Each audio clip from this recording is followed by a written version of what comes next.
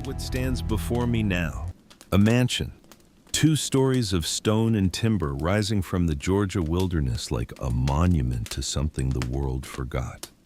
The roof has collapsed in 3 places, leaving gaps where the sky pours through. Ivy climbs the walls in thick green veins, pushing through cracks in the mortar, wrapping around window frames that hold nothing but air. The glass disappeared long ago. Now the windows stare out at the overgrown grounds like empty eye sockets, waiting for someone to explain what happened here.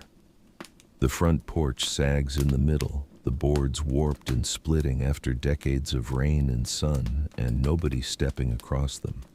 Paint that might once have been white has peeled away in long strips, revealing gray wood beneath, soft with rot, in some places still somehow solid in others. A crystal chandelier hangs crooked in what I can see of the entrance hall, its chains wrapped in cobwebs so thick they look like burial shrouds. But that is not what stops my breath. At the edge of the property, half swallowed by grass that reaches my waist, sits a car. An old Buick, maybe 1950s, its chrome bumpers now orange with rust. Its tires deflated and sunk into the earth like the ground itself is trying to pull it under. The windshield shattered so long ago that the remaining shards have been worn smooth by weather, glinting dully in the afternoon light.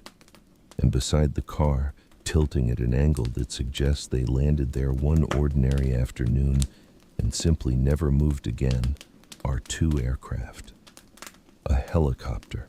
Small civilian model, its rotors frozen in place, its body covered in moss and lichen that have turned the original paint into a patchwork of green and rust and faded blue. One of the landing skids has buckled, dropping the whole machine to one side like a wounded bird that gave up trying to stand. Next to it, even more improbable, a single-engine propeller plane. Its wings still intact but thick with grime.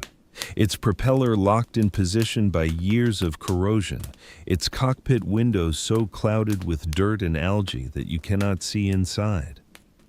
2 aircraft, abandoned in the yard of a ruined mansion in the middle of nowhere, Georgia. Who lived here? Why are there aircraft rotting in the backyard of a house that looks like it has been empty since before I was born? What happened in this place that made someone leave everything behind? As if time simply stopped one afternoon and never started again. I'm going to answer all of those questions for you. But first, you need to understand how I ended up standing at this gate. 18 years old, nowhere to sleep, $42 in my pocket, and a suitcase with a broken wheel. My name is Colette Brennan, and this is the story of how I bought a haunted mansion for $1,800 and found something inside that changed everything I thought I knew about loss, about love, and about what it really means to leave something behind. The door that closed behind me on that December night was not a stranger's door. It was the front door of the house where I grew up. The house on Maple Street with the creaky 3rd step in the kitchen window that never closed right in summer. The house where I learned to walk, where I lost my first tooth, where I sat on the porch with my grandmother before she passed when I was 11, listening to her tell stories about the old country and the family we came from, and the importance of remembering where you started, even when you end up somewhere else entirely. It was the door I had painted blue with my mother when I was 8 years old on a Saturday afternoon in spring. Both of us laughing at the mess we were making, her hair pulled back with a bandana, a smudge of paint on her cheek that she didn't notice until we were done. I can still smell that paint when I close my eyes, still feel the brush in my hand, the spring sunshine on my shoulders, the certainty that this house and this woman and this life would be mine forever.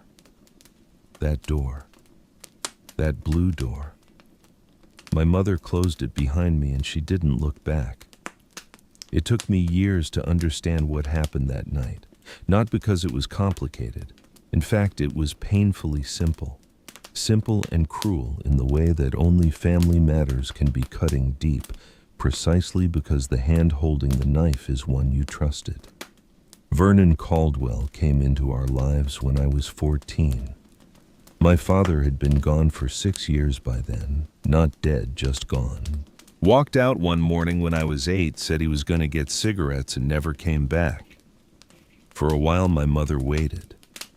Then she stopped waiting and started surviving, picking up shifts at the diner, taking in alterations on weekends, holding everything together through sheer stubborn will. Vernon showed up at the diner one evening, ordered coffee and pie, left a big tip, came back the next day and the next. Within 6 months, he had moved into our house. Within a year, he was acting like he owned it. I tried with Vernon. I want you to understand that. I was not one of those children who sabotages their parents' new relationship out of spite or jealousy. I understood that my mother was lonely. I understood that she deserved happiness. I understood that Vernon, with his steady job at the auto parts store and his pickup truck, and his way of fixing things around the house that had been broken for years, represented something stable, something reliable, something my father had never been. So I tried. I said good morning and good night. I asked about his day.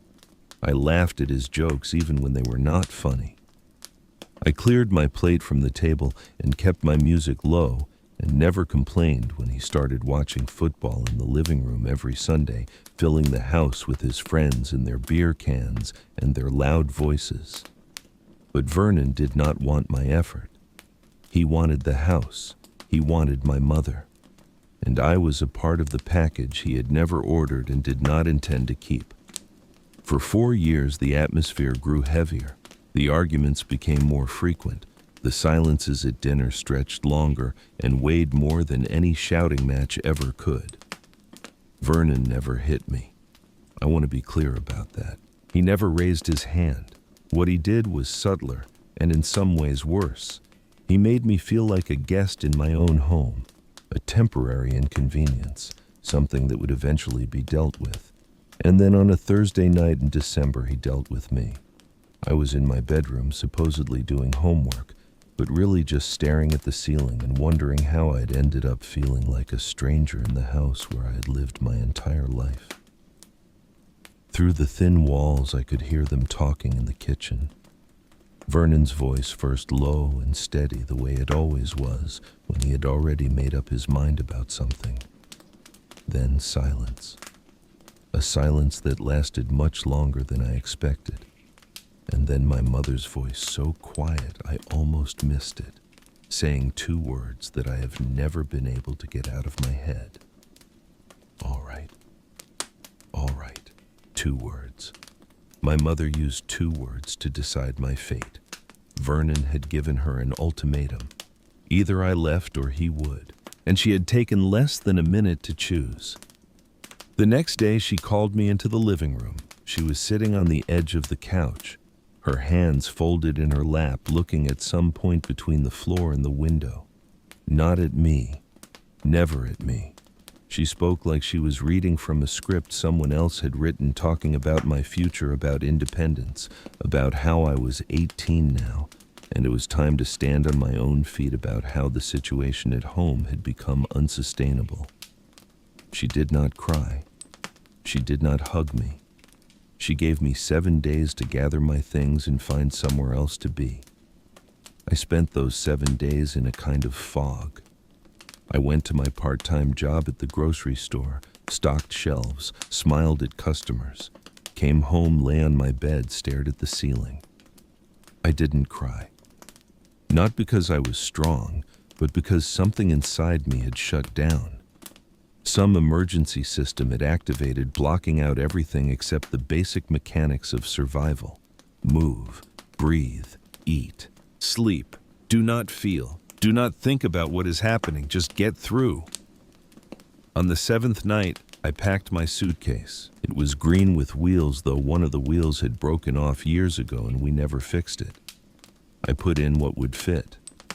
Some clothes, my documents, a notebook I had been writing in since I was 15, full of thoughts and observations and half-finished stories that I never showed anyone, a phone charger with a fraying cable, a photograph of me with my grandmother taken the summer before she died, both of us squinting into the sun on the front porch of this very house. The rest I left behind as if it had never been mine. My mother was in the kitchen when I walked out.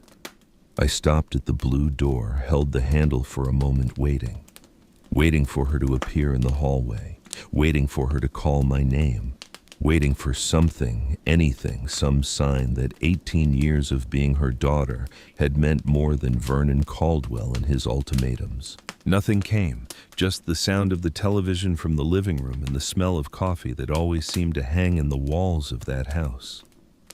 I closed the door behind me, picked up my suitcase with the broken wheel, walked down the steps through the gate, down the sidewalk, and into a future I could not begin to imagine. It was night, December, that heavy southern heat that sticks to your skin even after dark.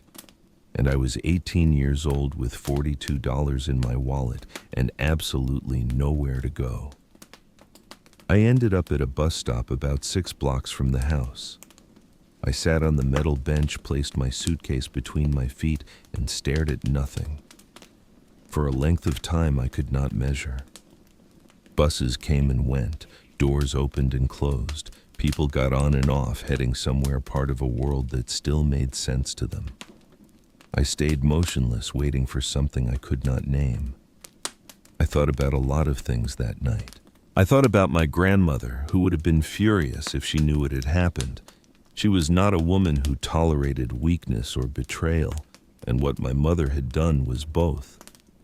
I thought about my high school English teacher, who had told me I had talent, that I should consider journalism school, that I had a way with words that could take me somewhere. I thought about how I would never be able to afford any school now. I thought about how I was going to survive the next week, the next month, the next year.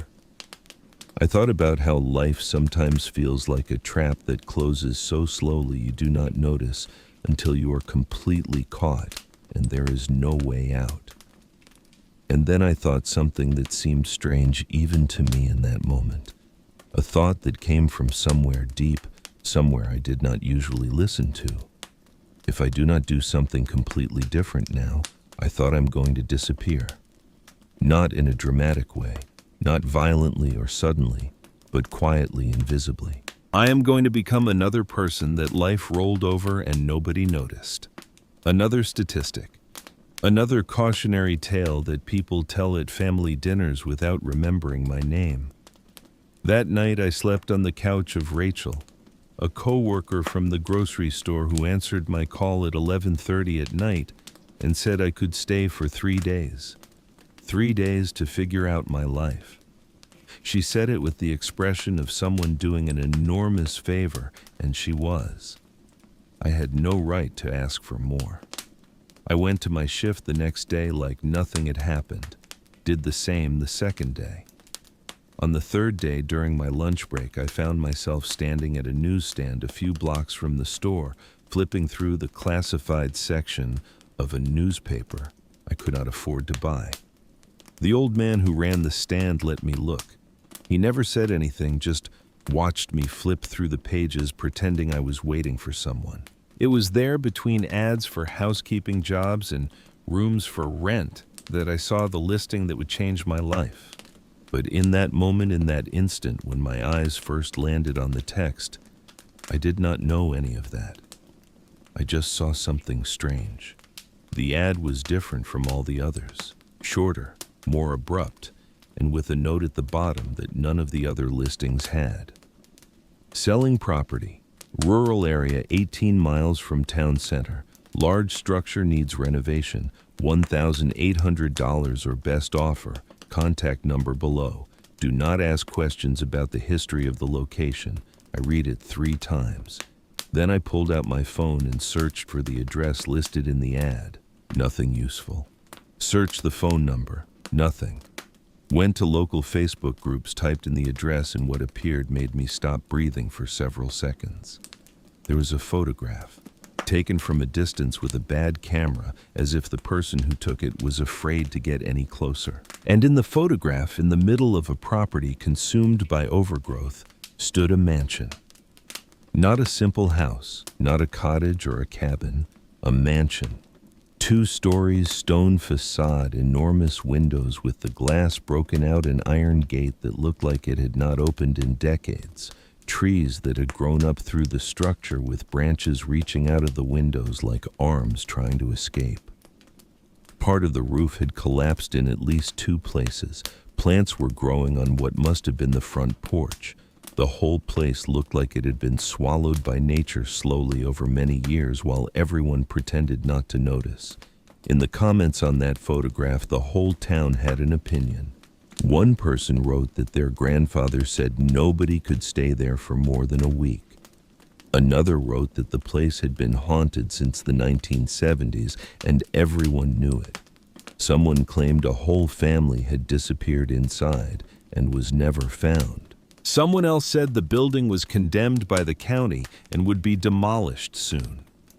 An older woman wrote in capital letters, "Do not buy this. For the love of God, do not buy this." I read everything. Every comment, every reply, every wild theory and secondhand rumor. And the more I read, the more I felt something strange happening in my chest. Not fear. Almost the opposite of fear. A kind of recognition, like when you see something for the first time and somehow have the absurd feeling that you have seen it before. I looked at that photograph for a long time. What I saw was not a haunted ruin. I saw a roof, 4 walls, a place nobody else wanted, that nobody would fight me for, that nobody would kick me out of. A place the whole world had discarded. I saw an opportunity. I called the number the next morning early before my shift started. It rang for a long time. When someone finally answered, it was the voice of an old man, tired. He said hello in a way that suggested he did not expect anyone to call. I asked about the property. He was quiet for a moment, then asked if I had read the part of the ad that said they didn't answer questions about the history of the location. I said yes, I had read that part. I said I was not calling because of the history. I was calling because I needed somewhere to live, and because I had $1,800, which was everything I had saved in 2 years of part-time work. Another long silence. Then he said if I was serious, I should come see the place in person before making any decisions. He said he would meet me there the next morning at 10. He said if I still wanted to buy it after seeing it with my own eyes, it was mine for the amount I had. That night I told Rachel about my plan. She looked at me with an expression that mixed concern with the kind of pity you feel for someone who has clearly made a terrible decision, but is beyond convincing otherwise. She said I was crazy. I said she was probably right. And then I went to sleep with my heart beating faster than it should have been, a mixture of fear and something I could not name then, but recognize now as hope. The next morning at 9:30, I took 2 buses and walked 1.5 miles down a dirt road until I reached the iron gate I had seen in the photograph. In person, it was much bigger and much more imposing than I had imagined. Even with everything falling apart, even with the decay and the neglect and the years of abandonment visible in every crack and every collapsed beam, the place had a presence. The stone facade still had a kind of power. The arches over the second-floor windows had an elegance that no modern house I had ever been in possessed. Even covered in moss, even with the fractures running from top to bottom, even with the vegetation that had invaded everything, this mansion commanded attention. It made you stop. It made you look. It made you wonder what it had been like in its prime, and what had happened to bring it to this. I stood in front of that gate for a full minute before I could make myself move. The old man arrived shortly after. He was thin with hair that had gone completely white, wearing an old blazer that looked like it might have been elegant decades ago. He carried a key on a worn leather keychain. He unlocked the gate without ceremony and motioned for me to follow. We walked through what had once been a formal garden and was now a small jungle. He showed me the rooms in silence, like he was fulfilling a bureaucratic obligation and did not want to be involved any more than necessary. Large sitting room ceiling, partially collapsed in 3 places. Kitchen with a cast iron stove still in place, a pot sitting on top of it as if someone had walked out in the middle of dinner and never come back. 2 bathrooms downstairs completely taken over by mold. A wooden staircase that creaked on every step but held our weight. 3 bedrooms upstairs, 2 of them with compromised roofing. A library empty, its wooden shelves still intact beneath layers of dust and cobwebs. At no point did he tell me anything about the history of the place. At no point did he explain who had lived there, what had happened, why it was in this condition. He showed me the rooms, handed me the property documents in a yellowed plastic folder, and said that if I wanted to close the deal, we could do it right there by hand, and he would sign and have it notarized on Monday. I stood in the middle of the big sitting room, sun pouring through the glassless windows, wind moving through the structure from one side to the other, smelling old wood and damp earth, looking up at the broken ceiling that showed a piece of blue sky. And I said yes. I want it. He looked at me for a second with an expression I could not read, not surprise. Something closer to relief, like he had been carrying a weight for a very long time, and someone had finally arrived to take it from his shoulders. We closed the deal right there. I gave him the money. He gave me the keys. We signed the papers. He left without looking back. I stood in front of the mansion with the key in my hand for a length of time I could not measure. I was 18 years old, and I had just bought an abandoned mansion for $1,800, which was everything I owned in the world. The first days were difficult in a way I was not completely prepared to face. I knew it would be hard. But there is a difference between knowing intellectually that something will be hard and actually living it in your body, in your skin, in the practice of every hour. The first obstacle was the smell. As soon as I opened the front door with my broken wheel suitcase, the smell hit me like a physical wall. Heavy mold, rotting wood, damp earth. And underneath all of that, something else I could only identify much later as the smell of time itself. The smell of what happens when a place has been closed in on itself for decades, accumulating everything that passed through it, holding everything, letting everything decay together in absolute silence.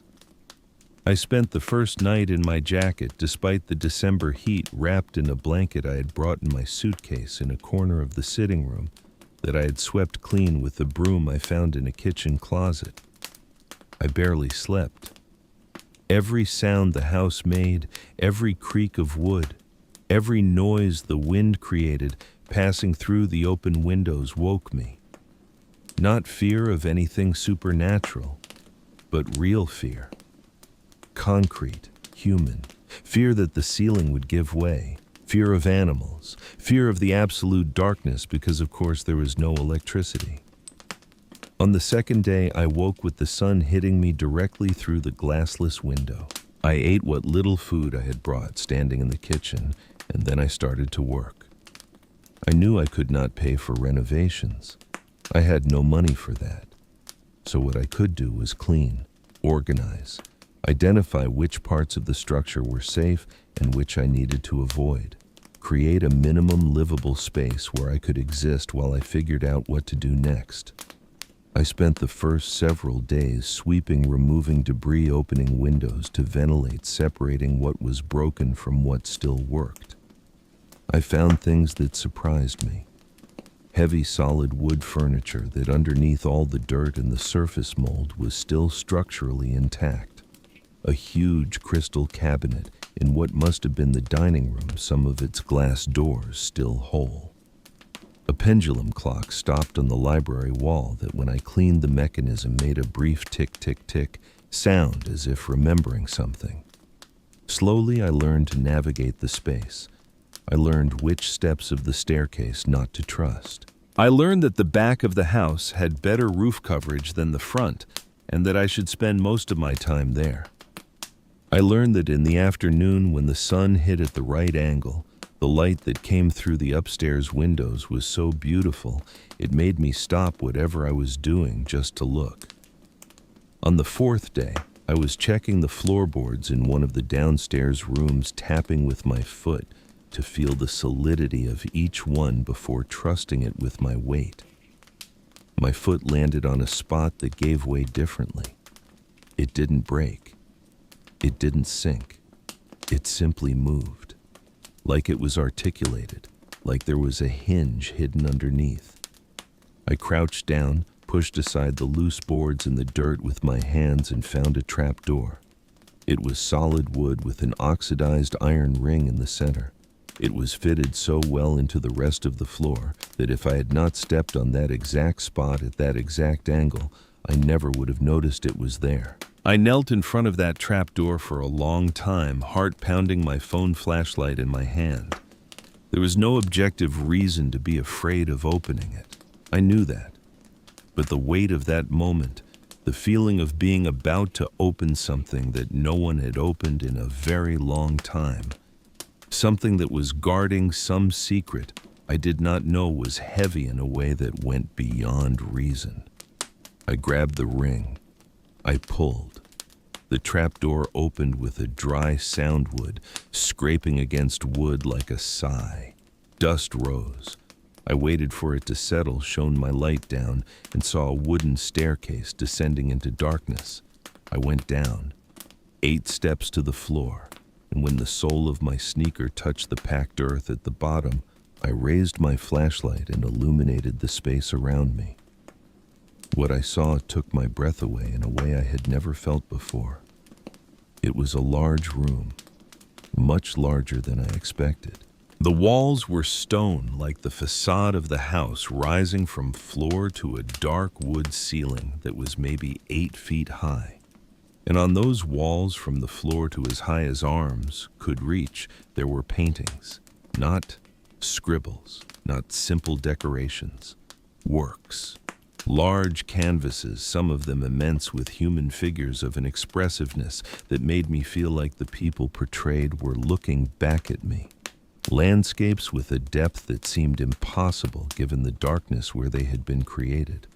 Scenes I could not immediately identify, but that had a narrative force that held my gaze and would not let go. Some of the works were framed and hung on the walls with care. Others were leaning against each other along the sides of the room, wrapped in cloths that time had yellowed. Still others were rolled in leather cylinders arranged on wooden shelves that ran along one entire wall. I walked slowly through the middle of it all, turning my flashlight in every direction, trying to count, trying to comprehend what I was seeing. There were dozens of works, maybe more than 100. And in the center of the room was a large work table made of dark wood, with paint stains of every color crystallized on its surface by time. On the table were brushes hardened inside glass jars, dried out paint tubes, wooden palettes with layers of overlapping colors, and also notebooks. Several notebooks with leather covers stacked carefully, and letters, bundles of letters tied with ribbon still in their envelopes, and newspaper clippings with dates and text in languages that took me a moment to identify as Italian and French. I sat on the floor of that underground studio. I sat in the middle of all of it with the flashlight in my lap, looking around, and I started to cry. It was not crying from fear, not from sadness, not from relief. It was crying I could not name at that moment. Only much later did I understand what it was. It was the crying of someone who had spent a long time feeling invisible. and who suddenly came face to face with proof that another way of existing was possible. That there was a possibility of leaving something in the world that lasted after you were gone. That there was another language beyond words, beyond shouts and silences and closed doors. A language that did not age and did not rot and did not disappear. I stayed in that studio for hours that day. I did not touch anything, just looked, just felt. Before going back up, I carefully picked up one of the leather notebooks, opened it to the first page. The handwriting was small, slanted, very regular. The handwriting of someone accustomed to writing with attention. And in the upper corner of the first page was a name. Rosalind Ashford, March 18th, 1948. In the days that followed, I went up and down that staircase more times than I could count. Each time I went down, I stayed longer. I began to open the notebooks carefully with clean hands, trying not to damage the pages that time had made fragile as thin skin. The handwriting was consistent, disciplined, but full of personality. Sometimes the sentences were short, almost telegraphic. Sometimes they took up entire pages in dense reflections on art, on technique, on what it means to create something that did not exist before. I began to piece together the puzzle slowly. Rosalind Ashford was born in 1898, the daughter of Italian immigrants who had arrived in America at the turn of the century. Her father was a builder, her mother a seamstress. They had arrived with nothing and built something through hard work like so many immigrants of that generation. Rosalind grew up between two cultures, two languages, two ways of seeing the world. And from a very young age, she showed an aptitude for art that did not fit into the daily life of a working family. In one of the early notebooks, she wrote about how her father viewed her obsession with painting with suspicion, how he thought it was wasted time, childish things, something she would need to outgrow when it was time to be a real adult. But there was also between the lines an enormous tenderness when she spoke of her father, an understanding that came from someone who loved but did not expect to be understood. At 23 in 1921, she had won a scholarship through an Italian-American cultural association that sent her to Florence. She studied for several years in Italy, frequented studios, met artists, breathed art in a way that the notebooks from that period overflowed with excitement, with discovery, with a sense of belonging she clearly had not found anywhere before. But the Europe of the late 1920s and early 30s was not a peaceful place to be. The political situation was deteriorating. War was being drawn in every conversation, in every newspaper, in every face of the artists she knew. She returned to America in 1930, bringing in her luggage not only the technical knowledge and aesthetic influences she had absorbed, but also an invisible scar. A certain melancholy that the notebooks from that period described as the pain of someone who found the place where she should have been born but could not stay. Back in America, she settled in the area where her family had established themselves. With the inheritance she received when her father died a few years later, she bought land and began to plan. She wanted a space that was both home and studio, both refuge and workspace. I read about her vision with an attention I could not understand at the time, but now makes perfect sense. She described every detail she wanted with the same precision she used to describe her technical choices in painting. The width of the windows calculated to maximize natural light at certain hours of the day. The orientation of a potential underground studio chosen for the stable temperature the ground would maintain ideal for preserving materials. Even the staircase, designed with intentionally irregular steps so that someone descending quickly could not do so without paying attention, forcing her to always go down slowly with intention as if entering another mental state. She had thought of everything. Every detail had a reason, an intention, a consciousness behind it. And yet, according to the notebooks, she had lived alone. The notebooks were not a conventional diary. There were no daily entries with accounts of the mundane. It was more like a record of thought, where she wrote when she had something to say, sometimes with gaps of weeks, sometimes with 3 or 4 entries on the same day. But the solitude appeared on every page, not as complaint, but as condition, as a fact of reality that she had accepted and learned to inhabit. There was an entry from 1956 that I read so many times I memorized it. She wrote about receiving a visit from a gallery owner from Atlanta who had come all the way there specifically to make her a proposal. He had been impressed with samples of her work he had somehow seen. He said he could place her works in important galleries, that her style was unique, that she was wasting her talent, there alone, far from everyone. She served tea. She listened politely. She refused. He did not understand. He said she was making a mistake. She went to the window and looked at the garden while he gathered the documents he had brought. Then she wrote, "Sometimes the greatest act of courage is not to expose yourself. It is to resist the pressure to expose yourself when exposure would mean betraying something fundamental." I read that passage and sat in silence for a long time. Rosalind had received at least 4 proposals from different galleries over the years. All recorded in the notebooks, all refused. She didn't believe art should be mediated by money, not because she was naive about how the world worked, but because she had a very clear theory about what happens to art when it exists to be sold. She called it death by exposure and described the phenomenon with a surgical precision that made me think she had seen it happen to artists she knew in Italy. The obvious paradox was that by protecting her art from commercialization, she was also protecting it from any form of public permanence.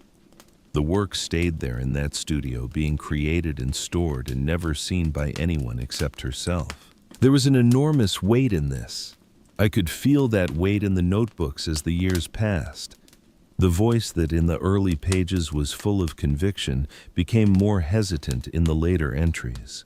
Not about the art itself, about its fate. The last notebook, begun in 1970, contained an entry that marked me more than any other. It was a short entry, just a few lines written in a hand that trembled slightly more than usual. "I am 72 years old, and I do not sleep well. It is not my body that keeps me awake. It is the fear, not of dying, which would be a natural conclusion to everything, but of all this disappearing when I am gone. Not the body. The body does not matter, but the images. I'm afraid the images will die, and then it will be as if none of this ever really existed." I closed the notebook slowly. I held it with both hands for a moment, and I said out loud in the silence of that underground studio words that only the stone walls and the paintings looking back at me could hear. "I will not let you be forgotten, Rosalind." There was no one to hear, but I needed to say it. I needed to hear my own voice making that promise in that place, because I knew in that moment what I was going to have to do, and I knew it would not be simple. I knew there would be resistance, there would be difficulty, there would be forces I could not yet imagine trying to take this away. But I had made the promise, and after everything I had lived through, after the night at the bus stop and the $42 in the suitcase with the broken wheel and the blue door closing behind me, I knew that a promise was the only currency I still had that was worth anything. I climbed back up those 8 steps as the afternoon light slanted through the gaps in the floorboards above me. I emerged into the ruined sitting room of a mansion I had bought for $1,800, which was everything I had in the world. And I felt something I had not felt in a very long time. Purpose. I had a purpose. But as I stood there in the fading light, brushing the dust from my clothes, I had no idea that the notebooks held secrets far beyond Rosalind Ashford and her paintings. Because as I would soon discover, this mansion was not hers. Someone else had built it for her, someone whose story was intertwined with hers in ways that would break my heart and change everything I thought I knew about sacrifice, about love, and about what it really means to protect something you cannot bear to lose. The aircraft rusting in the overgrown yard were not decorations. They were evidence. Evidence of a man who had loved deeply enough to build this place, brave enough to leave everything behind, and haunted enough that he never came back. But that is a story for another chapter. The question haunted me through the nights that followed. Who built this place? The notebooks made it clear that Rosalind had dreamed of a home like this. She had written about it in her earliest journals, sketching out specifications, describing rooms she wanted, detailing the underground studio she envisioned with the precision of an architect. But nowhere in those pages did she write about actually building it. Nowhere did she mention hiring contractors or purchasing materials or watching the walls rise from the Georgia clay. The mansion existed. The studio existed exactly as she had described wanting it. But there was a gap in the story, a missing chapter that no amount of reading could fill. And then there were the aircraft. Every time I walked outside, they were there. The helicopter listing to one side in the tall grass, the single-engine plane with its propeller frozen by decades of rust. They did not belong to a painter. They did not fit the story I had constructed from the notebooks. Someone else had been here, someone with the means to own aircraft, with the skills to fly them, with reasons to land in this remote corner of Georgia and stay. I found the answer on a Wednesday afternoon, 3 weeks after I first descended those 8 steps into the underground studio.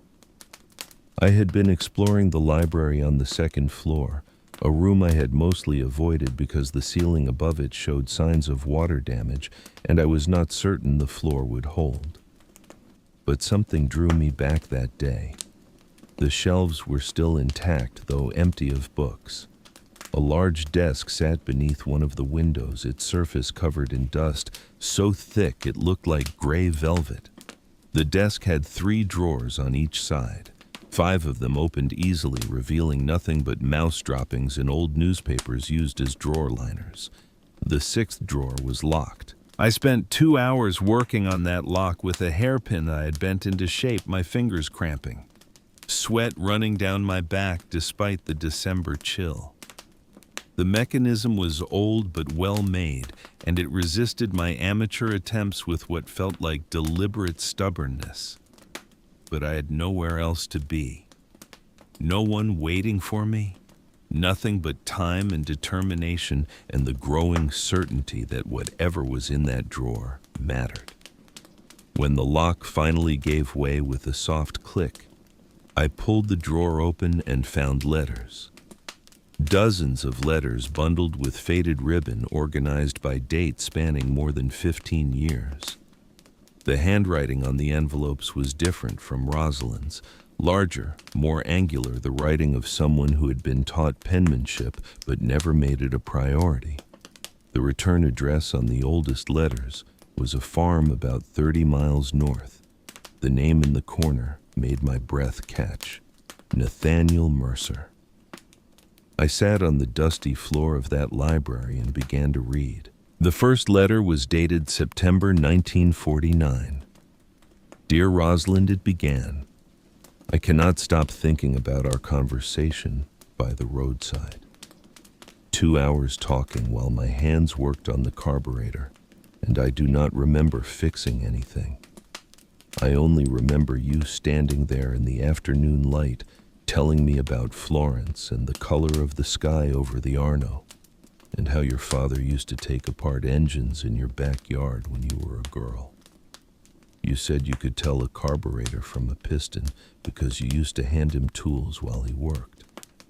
I wanted to tell you that I have flown over this county 100 times, and never once looked down and thought there was anything worth landing for. Until that afternoon. I do not know why I am writing this. I do not know if you want to hear from me. But I am writing anyway because something happened on that roadside that I do not have words for yet, and I am hoping that if I keep writing, the words will come.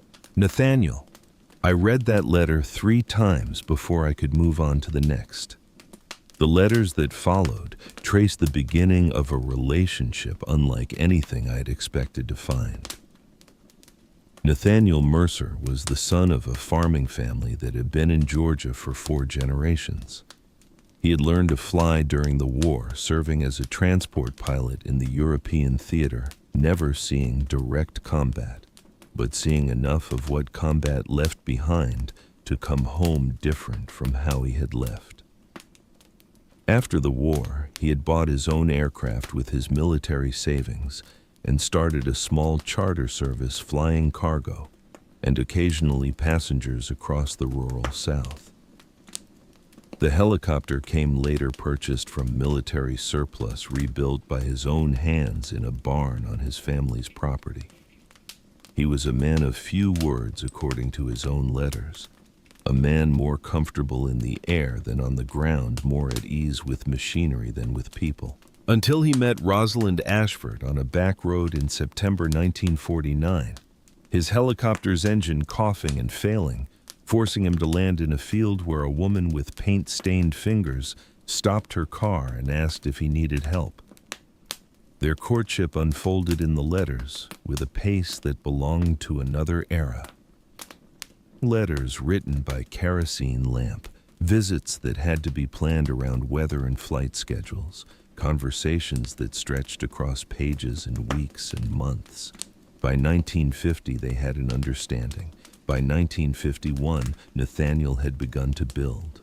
I found the construction letters bundled separately, tied with a different color ribbon, as if Rosalind had recognized their significance and wanted to keep them apart from the rest. March 1951. I met with the architect in Savannah yesterday. He looked at your drawings and said they were more detailed than anything most clients give him. He asked if you had studied architecture. I told him you had studied something better. You had studied what you needed.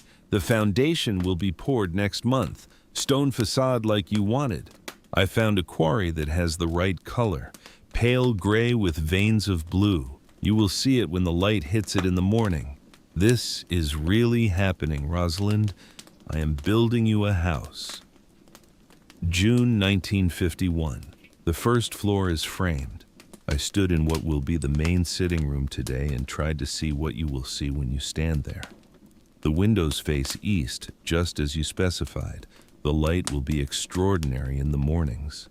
The foreman keeps asking who the house is for. I tell him it is for the most important person in the world. He thinks I'm joking. I am not joking. September 1951. Started on the underground room today. The workers looked at me strangely when I explained the dimensions and the orientation you requested. They do not understand why anyone would want a room beneath the earth, why someone would go to such trouble for a space that no one will ever see. But I understand. This is where you will create. This is where your work will live. This is the heart of everything, and I will build it exactly as you described, down to the last detail. Stone walls to hold the temperature steady. No windows, so the light will always be what you control. And a staircase with 8 steps unevenly spaced, just as you specified. You told me once that you wanted the steps to be irregular so that you could never descend without paying attention. So that every time you went down into that space, you would have to be deliberate, intentional, present. I didn't fully understand when you said it. Now, watching the workers cut each step to a different height, I think I'm beginning to. December 1951. The underground room is finished. I went down the stairs this afternoon alone when the workers had gone home. I stood in the middle of that space with a lantern looking at the stone walls, the packed earth floor. The wooden ceiling that still smells like fresh-cut timber. It is ready for you. I want to be there when you see it for the first time. I want to watch your face when you descend those 8 steps and realize that everything you imagined has become real. This is not just a room, Rosalind. This is a promise. I had to stop reading for a while after that letter. I sat with my back against the library wall, the bundle of letters in my lap, looking at nothing in particular while something shifted inside my chest. The underground studio where I had found Rosalind's life's work, the space that had preserved 134 paintings. For decades, the room that felt sacred every time I descended those 8 steps. Nathaniel Mercer had built it, not for himself, not for any practical purpose. He had built it because the woman he loved had described her dream, and he had decided to make that dream real, down to the irregularly spaced steps that forced you to descend with intention. That was a kind of love I had never seen before, not in my parents, not in any relationship I had observed, not in any story I had been told. This was love as architecture, love as construction, love as the patient, deliberate assembly of stone and wood and intention into a space that would outlast them both. I kept reading. The letters continued through 1952 as the mansion took shape. Every room described in detail, every choice explained. The crystal chandelier Nathaniel found in an antique shop in Charleston. The cast iron stove he bought from a hotel that was being demolished. The wooden shutters he carved himself during long winter evenings because he knew exactly how Rosalind wanted them and could not trust anyone else to get them right. And then the house was finished and the letters changed. They became shorter, more intimate, less about construction and more about daily life. Rosalind had moved into the mansion. Nathaniel had not. This was the part that surprised me. They never married. The notebooks I had read in the underground studio had hinted at this, but I had not fully understood until I read the letters. Nathaniel proposed at least twice that I could find evidence of. Both times Rosalind refused, not because she did not love him. The notebooks made that abundantly clear. She loved him with an intensity that frightened her sometimes, that made her worry she was losing herself in something that could destroy her if she let it. But she believed that love which required legal documentation to exist was not the kind of love that lasted. She believed that marriage was a contract designed for property and inheritance, not for the thing that burned between 2 people who had recognized something in each other that no one else could see.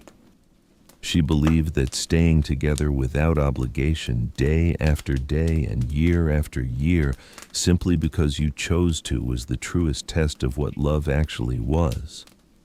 Nathaniel disagreed. I found evidence of arguments in both the letters and the notebooks. Long nights of tension, silences that stretched across days, moments when it seemed like everything might shatter. But he stayed.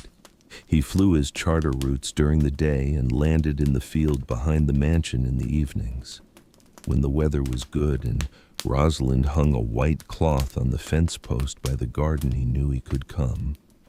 When the cloth was not there, he knew she needed solitude, needed her work, needed the space that any artist requires to create. For nearly 2 decades, that was their life. She painted in the underground studio. He flew across the South. They met in the space between in the mansion he had built as a monument to something he believed in, more than he believed in any church or courthouse or piece of paper. The aircraft I had seen rusting in the yard were his. The helicopter that listed to one side in the tall grass, the single-engine plane with its frozen propeller.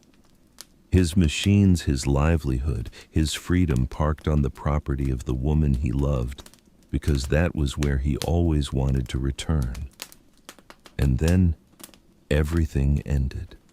The letters from 1968 were different from all the others. The handwriting was less steady. The tone was urgent, almost desperate. Something had changed, and I could feel the weight of it building as I read forward letter by letter toward a conclusion I already sensed but did not want to reach. In Rosalind's notebook, there was an entry from October 1968 that I had read before but not fully understood. It was just one line. Nathaniel left today. I do not know if he will come back. Now, reading his letters from that same period, I began to understand what had happened. For years, Nathaniel had been using his flight routes for something beyond cargo delivery. He had been helping people disappear, not criminals, not fugitives from justice, but people who needed to vanish for reasons that the official world did not recognize as legitimate. Women fleeing violent husbands in an era before domestic violence was taken seriously. Families escaping situations so dangerous that the only solution was to start over somewhere else entirely. Witnesses who had seen things that powerful people wanted kept quiet. Nathaniel never took money for this. He did it because he had seen from the cockpit of a transport plane during the war what happened to people who could not escape in time. He had seen the camps. He had seen the aftermath. He had sworn to himself that if he ever had the chance to help someone reach safety, he would not hesitate. For 15 years, he had kept his secret flights completely separate from his life with Rosalind. He had never told her. He had never risked connecting her to anything that could bring trouble to the door of the mansion he had built for her. But someone had talked. An investigation had begun.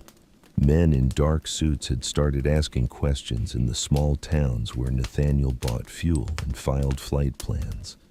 They were methodical, patient, thorough. It was only a matter of time before they traced his routes to the mansion, to the property where his helicopter and plane were registered to the woman who lived there, and the underground studio she had filled with paintings she had spent her life protecting. The last letter was not in the drawer with the others. I found it 2 days later, hidden behind a painting in the underground studio itself.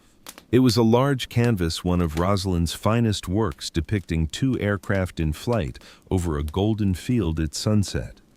The helicopter and the plane rendered with a technical precision that could only have come from years of observation, flying side by side through amber light above land that I recognized as the property surrounding the mansion.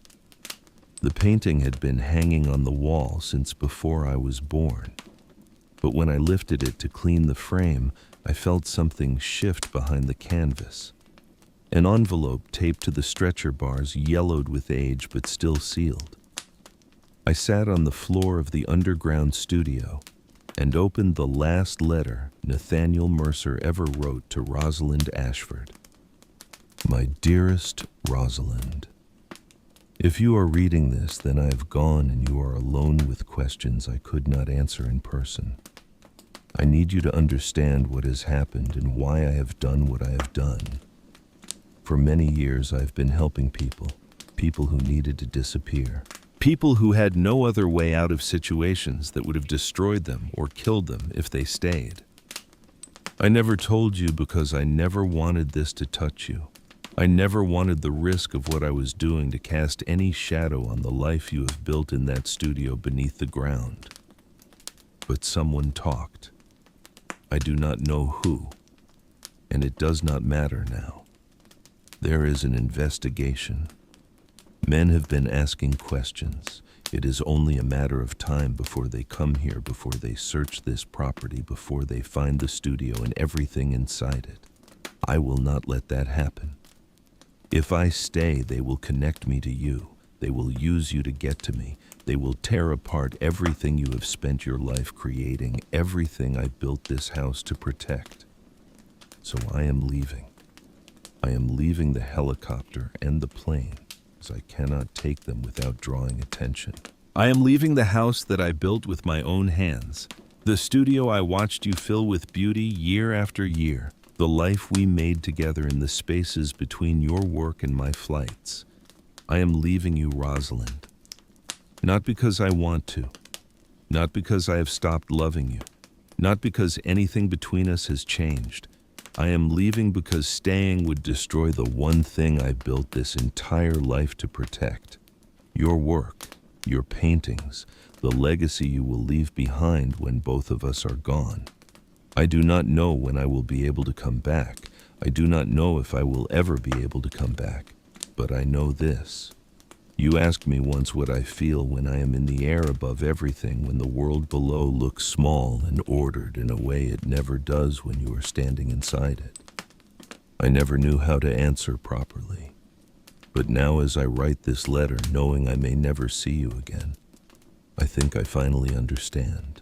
What I felt up there was the same thing I feel every time I descend those 8 steps and stand in the middle of your paintings. It was the feeling of being exactly where I was supposed to be. Take care of the studio. Take care of the paintings. I will come back when I can. Nathaniel. He never came back. I learned this not from the letters or the notebooks, but from what was absent. The entries in Rosalind's journals after October 1968 mentioned him only in passing and always in past tense. She never wrote about waiting for him or hoping for his return. She wrote only about the work, about the paintings, about the long hours in the studio that became longer after he was gone. She died in 1971, 3 years after he left at the age of 73. The death certificate I found in the folder of property documents listed the cause as heart failure. But I thought, reading her final notebooks, that perhaps it was something else. Perhaps it was the slow accumulation of solitude. Perhaps it was the weight of maintaining alone what they had built together. Perhaps it was simply the exhaustion of loving someone completely and then having to continue without them. The aircraft stayed where Nathaniel had left them. The helicopter listing in the grass. The plane with its propeller frozen. 2 machines that could have carried him anywhere in the world abandoned, because taking them would have meant leaving a trail, would have meant risking everything he had sacrificed to protect. I sat in the underground studio that evening, surrounded by 134 paintings that represented a lifetime of devotion to something larger than any single person, and I felt the full weight of what I had discovered settle into my bones. This was not just a house. This was a monument to a love that had expressed itself not in words or ceremonies, but in construction and sacrifice. In a man who had built a home around a woman's dream and then walked away from everything to protect it. In a woman who had filled that home with her life's work and then spent her final years alone caring for what he had built and what she had created, waiting for a return that never came. I understood now why Harold Mercer, the old man who had sold me the property, had seemed so relieved when I agreed to buy it. I understood the weight he had been carrying. I understood why he had not wanted to answer questions about the history of the place. He had been keeping a promise too. A promise to a man who had been his family, who had left everything behind and never returned, who had trusted that someday the right person would find this place and understand what it meant. The next morning I made a phone call. I'd found a business card in one of Rosalind's notebooks tucked between pages that discussed technique and composition. The card was old, its edges soft with handling, but the name and institution were still legible. Department of Art History, State University, Dr. Evelyn Pemberton. I called the main number, asked to be transferred, and explained in halting sentences that I had bought a property containing what appeared to be a significant collection of artwork, and that I needed someone knowledgeable to help me understand what I had found. The voice on the other end of the line was cautious professional, clearly accustomed to calls from people who thought they had discovered valuable art in their attics. She asked me to describe what I had found. I told her about the underground studio, the stone walls, the 134 paintings, the notebooks with the name Rosalind Ashford. There was a long silence. Then she asked for my address and said she would be there the next day. Dr. Evelyn Pemberton arrived at 9 in the morning, driving a dusty sedan that looked as old as the mansion itself. She was a small woman with gray hair pulled back severely, wire-rimmed glasses, and the kind of posture that suggested decades of peering at canvases and manuscripts. She did not say much as I led her through the ruined sitting room and down the stairs. She paused at the top, looking at the trapdoor at the 8 steps descending into darkness. Then she went down. I had positioned lanterns around the studio to provide light. The paintings emerged from the shadows as we descended, their colors muted but still powerful, their subjects watching us from frames and canvases and rolled leather cylinders. Dr. Pemberton stopped at the bottom of the stairs. She stood there for almost 10 minutes without moving or speaking. She walked slowly around the perimeter of the room, pausing at each major work, leaning close to examine brushwork, stepping back to see composition. She opened one of the leather cylinders and unrolled a canvas with hands that trembled slightly. She looked at the notebooks on the work table, the dried paints, the palette still bearing the colors Rosalind had mixed decades ago. Finally, she turned to me. Her voice when she spoke was different from how it had sounded on the phone. Lower, softer, the voice of someone who had just seen something that exceeded all expectation. "Do you know what you have here?" she asked. I told her I was beginning to understand. "Rosalind Ashford," she said slowly, as if tasting each syllable. She was one of the most talented painters of her generation in this country. She studied in Florence in the 1920s, came back with influences that no one else in America had absorbed the same way. She showed early promise, had interest from galleries and collectors, and then she simply vanished. Dr. Pemberton gestured at the walls around us. For decades, the art world speculated about what had happened to her work. Some thought it had been destroyed. Some thought it had been sold privately to collectors in Europe. Some thought she had stopped painting entirely, given up, disappeared into ordinary life. She looked at me with an expression I could not quite read. No one knew it was here. No one knew she had spent 40 years in an underground studio creating a body of work that no one ever saw. She paused. "This is the largest discovery of unknown American artwork from the 20th century in the last 50 years, maybe longer." She turned back to the paintings, shaking her head slowly. "The value," she said. "I cannot even begin to estimate the value. But it is not about the money. Do you understand that?" I told her I thought I did. "This is about legacy," she said. "This is about a woman who devoted her entire life to creating something she believed in, who refused to compromise, who protected her work from a world that would have consumed it and moved on. And now, against all odds, someone has found it." She looked at me again, this time with something like respect. "You," she said, "an 18-year-old girl with no connection to the art world, no formal training, no resources. You found Rosalind Ashford." I wanted to tell her that Rosalind had found me, that I had not been looking for anything except a roof over my head and had stumbled into something that gave my life a purpose I had never imagined. But before I could speak, Dr. Pemberton's expression changed. "There will be complications," she said. "You need to understand that. A discovery of this magnitude does not stay quiet. People will want to claim pieces of it. Lawyers, institutions, anyone who thinks they have a connection to Rosalind Ashford or her estate." She met my eyes directly. "Eyes. You own the property. That is clear from the documentation. But the artwork inside it, that is where things become complicated. There will be people who argue that the paintings are separate from the real estate, that they should be inherited by blood relatives regardless of who owns the building." My chest tightened. I thought about the promise I had made in this very room, the promise to protect Rosalind's legacy, to keep her from being forgotten. I had not considered that there might be people who would try to take that legacy away. Dr. Pemberton must have seen something in my face. "We will cross that bridge when we come to it," she said.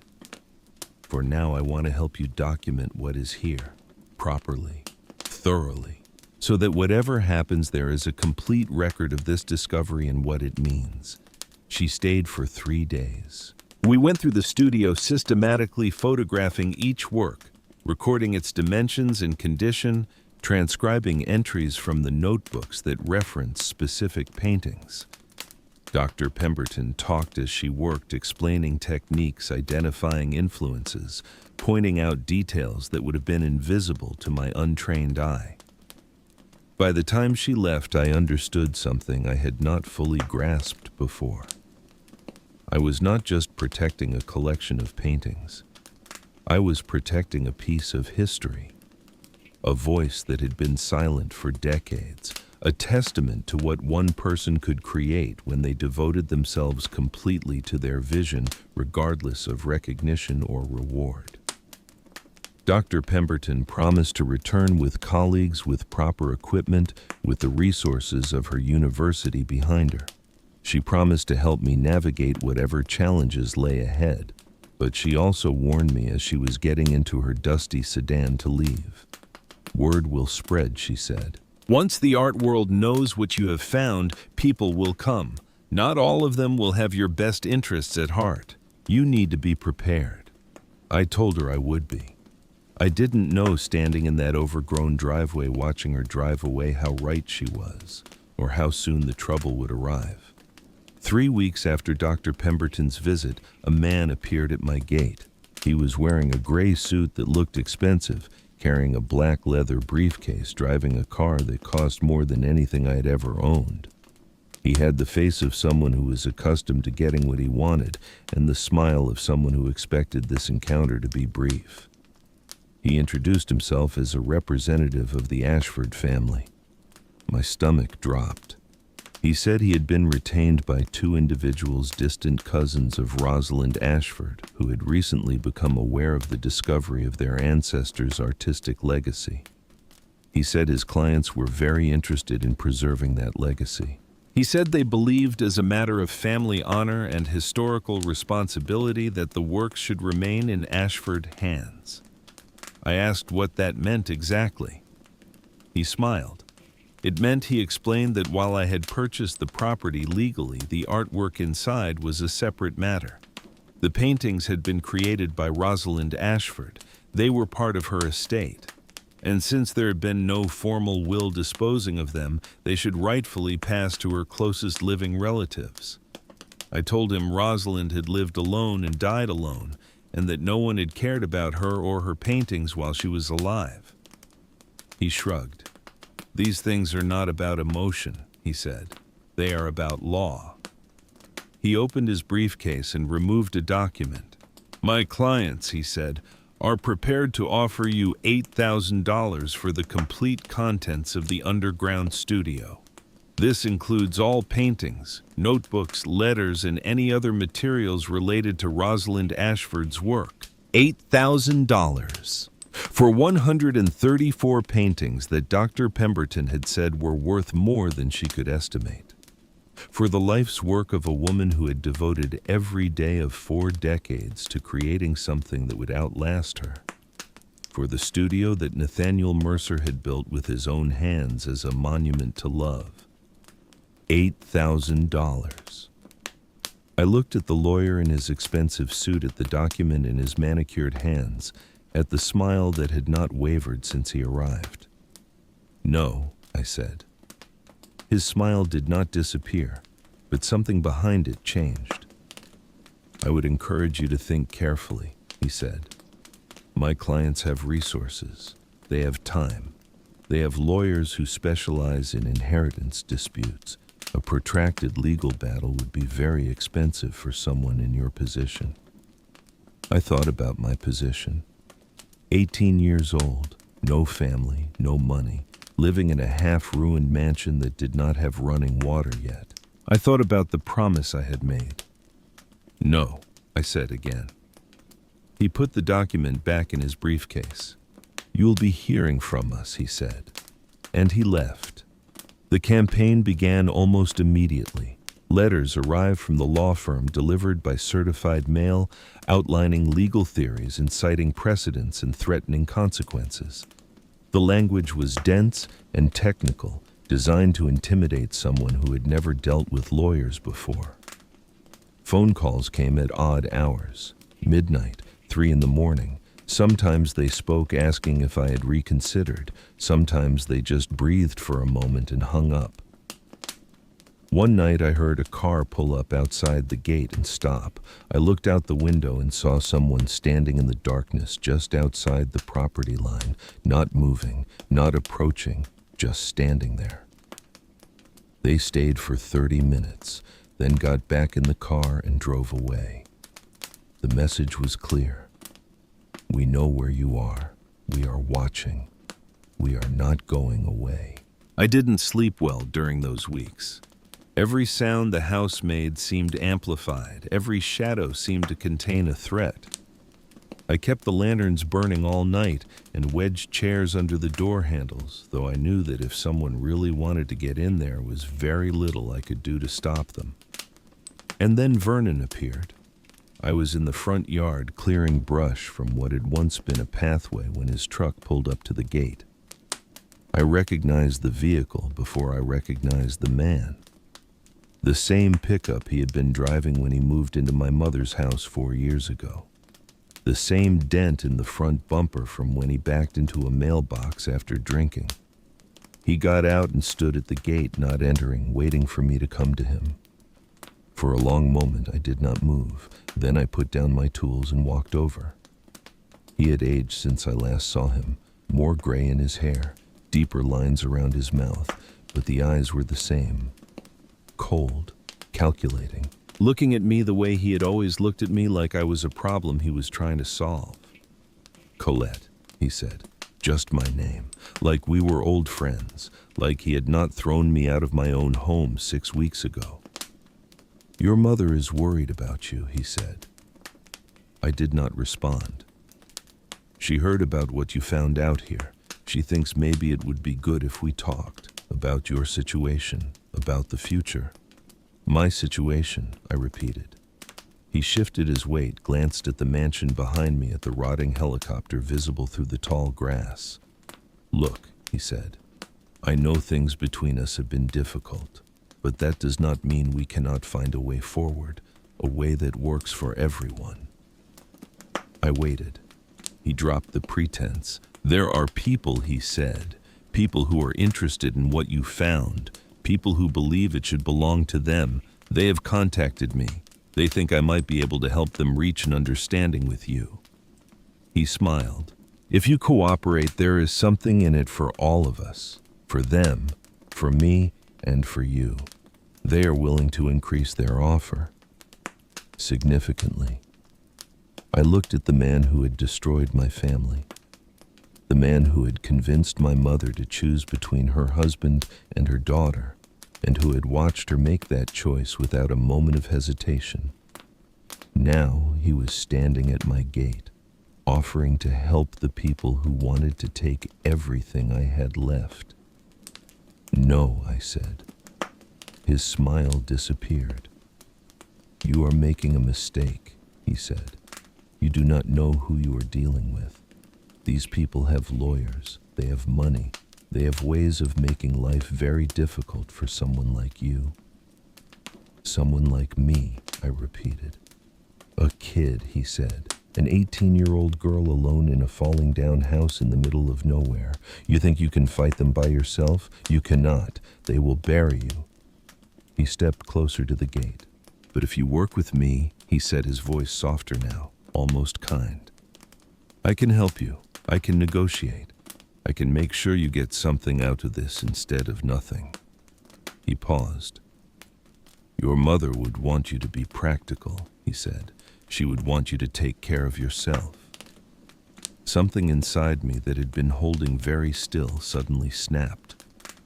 My mother, I said, wanted me gone so badly that she could not even walk me to the door when I left. My mother chose you over her own daughter without taking 30 seconds to think about it. My mother does not get to tell me to be practical. I stepped back from the gate, and neither do you. I turned and walked back toward the house. Behind me, I heard Vernon's voice, harder now, the kindness gone. You are going to regret this, he called. I gave you a chance. Remember that when everything falls apart, I gave you a chance and you threw it away. I did not turn around. I kept walking until I reached the front door, went inside, and closed it behind me. Through the window, I watched him stand at the gate for another minute, staring at the house. Then he got in his truck and drove away. That night, I sat in the underground studio surrounded by Rosalind's paintings and tried to think clearly. The lawyer was right about one thing. They had resources, they had time, they had expertise in exactly the kind of fight that was coming. And I had nothing. A promise to a dead woman. A mansion that was falling apart around me. $42 in my pocket when I arrived, most of which was now gone. I could not afford a lawyer. I could not afford to fight a legal battle that might last months or years. I could not afford to take time off from the part-time work I had managed to find at a gas station down the road, the only thing keeping me in groceries and basic supplies. They were going to win. Not because they were right, but because they had money, and I did not. Because the world was built for people like them, people who could afford to wait and file motions and hire experts, and was designed to crush people like me. I looked at the paintings around me. Rosalind had spent 40 years creating these works. Nathaniel had sacrificed everything to protect them. And now some distant relatives who had never known either of them, who could not tell a Rosalind Ashford from a hotel lobby print, were going to take it all because they could. They have lawyers, I thought. They have money. They have time. And now they have Vernon. I have a promise. And a promise does not pay legal bills. I sat there until the lanterns burned low, watching the shadows shift across canvases that had waited decades to be seen. I did not know what I was going to do, but I knew I was not going to give up. Not yet. Not while there was still any chance at all of keeping the promise I had made in this room to a woman I never met in a house built by a man who loved her more than I had ever seen anyone love anything. Somewhere out there, Dr. Pemberton was preparing to return with her colleagues. Somewhere out there, the lawyers were drafting their next move. Somewhere out there, Vernon was probably on the phone with the Ashford cousins, telling them that his stepdaughter was stubborn but could be broken with enough pressure. And I was here, 18 years old, alone, standing guard over 134 paintings and a love story that had ended 50 years ago. They had lawyers and money and time. I had a promise to a woman who had been dead for half a century, and a promise does not pay legal bills. The call came 3 days after Vernon's visit. Doctor. Pemberton's voice on the other end of the line was urgent, clipped, carrying news she clearly did not want to deliver over the phone, but could not wait to share in person. I have spoken with colleagues, she said. The art world is buzzing. Word has spread faster than I anticipated. There are already articles being written, scholars requesting access, institutions expressing interest. She paused. But there is also something else. I have heard through certain channels that the people claiming to be Rosalind's heirs have retained serious legal representation. They are preparing to file a formal claim. Once that happens, everything changes. The artwork could be frozen pending litigation. You could be barred from the property. Everything we have worked to document could be sealed away for years while the courts decide. My chest tightened. What do I do? I asked. There was a long pause. I know someone, she said finally. A lawyer who specializes in cultural heritage cases. She works with the law school's volunteer clinic. Her name is Nadine Crawford. She has handled situations like this before. Not exactly like this. Nothing is exactly like this, but close enough. She gave me a phone number. Call her today, she said. Do not wait. Time is not on your side. I called within the hour. Nadine Crawford answered on the second ring. Her voice was calm, measured the voice of someone who had learned to stay steady in the middle of other people's crises.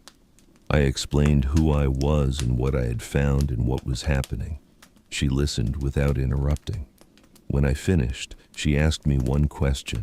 Do you have any documentation of Rosalind Ashford's intentions regarding her work? Anything in writing that indicates what she wanted to happen to the paintings after her death? I thought about the notebooks, the endless pages of reflection on art and technique and meaning. The passages about refusing galleries, about protecting the work from commercial corruption. Nothing explicit, I said. She wrote about wanting her work to survive, but I've not found anything that says who should inherit it or what should happen after she was gone. Nadine was quiet for a moment. That makes things harder, she said, but not impossible. There is another path. If we can establish that the collection has significant cultural and historical value, we can petition to have it recognized as protected cultural heritage. That designation would create legal protections that would make any inheritance claim much more difficult to pursue. How long would that take? I asked. She paused again. If we move fast, we might be able to get a preliminary hearing in 2 weeks. Maybe less if I can pull some strings. But I need you to understand something. This is not guaranteed. The other side will fight it. They will bring their own experts, their own arguments. And they have resources that we do not. She let that sink in. But it is a chance, she said. And right now, a chance is better than nothing. I told her I would take it. She came to the mansion the next day. Nadine Crawford was younger than I expected, maybe early 30s, with short dark hair and sharp eyes that seemed to take in everything at once. She walked through the property, slowly examining the structure, the grounds, the rusting aircraft in the tall grass. When we descended into the underground studio, she stood in the middle of the room for a long time without speaking, turning in a slow circle, looking at each painting as if memorizing it. Rosalind Ashford documented everything she said finally. Every work has a date, a record of materials, references to technique and inspiration. This is not just a collection of paintings. This is a complete archive of an artist's creative life. She turned to face me. That is what we argue. This is not personal property to be divided among distant relatives who never knew she existed. This is cultural heritage. A piece of American art history that has been hidden for decades and now has a chance to be preserved and shared. She opened her bag and pulled out a thick folder. I have already started the paperwork, she said. The hearing is scheduled for 14 days from now. We have that long to build our case. 14 days. 2 weeks to save everything Rosalind had created, everything Nathaniel had protected, everything I had promised to preserve. It did not seem like enough time. It was not. The first blow came on day 5. Dr. Pemberton called with bad news.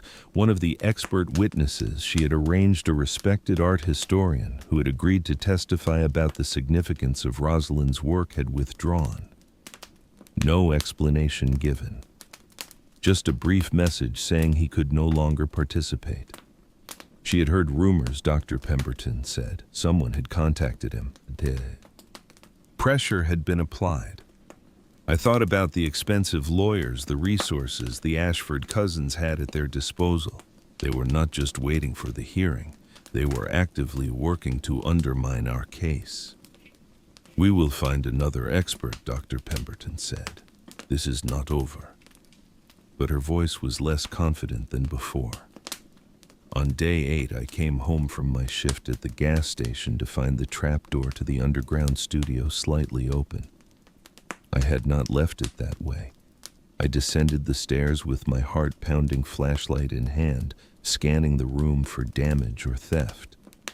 Nothing seemed to be missing.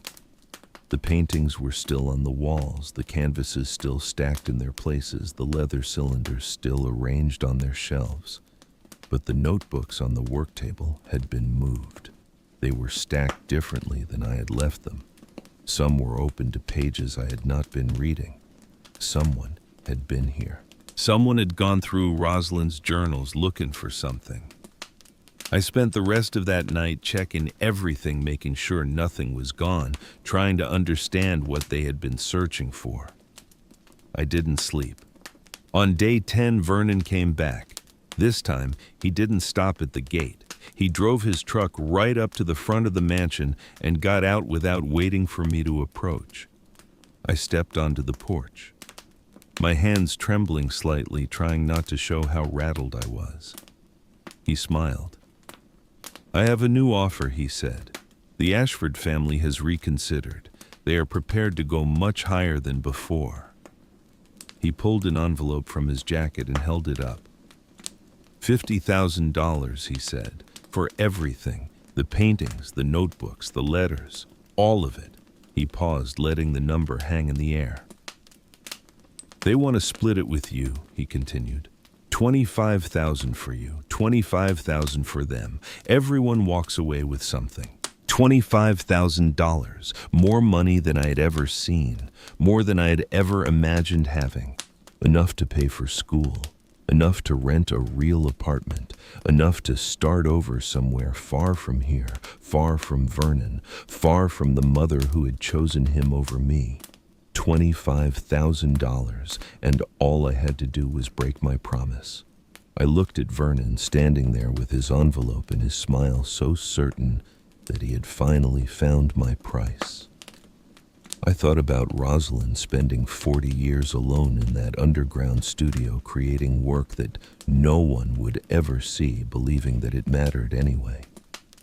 I thought about Nathaniel building this house as a monument to love, then walking away from everything to protect it, never coming back, never knowing if his sacrifice had been worth anything. I thought about the promise I had made in that studio, speaking to stone walls and silent paintings, telling a woman who had been dead for half a century that I would not let her be forgotten. "No," I said. Vernon's smile flickered. "You are not thinking clearly," he said. "You are a kid. You have no money, no family, no support. You are living in a ruin.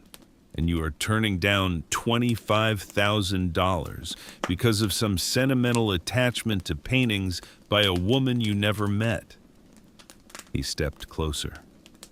"This is your last chance," he said. "After the hearing, there will be no more offers. They will take everything, and you will be left with nothing.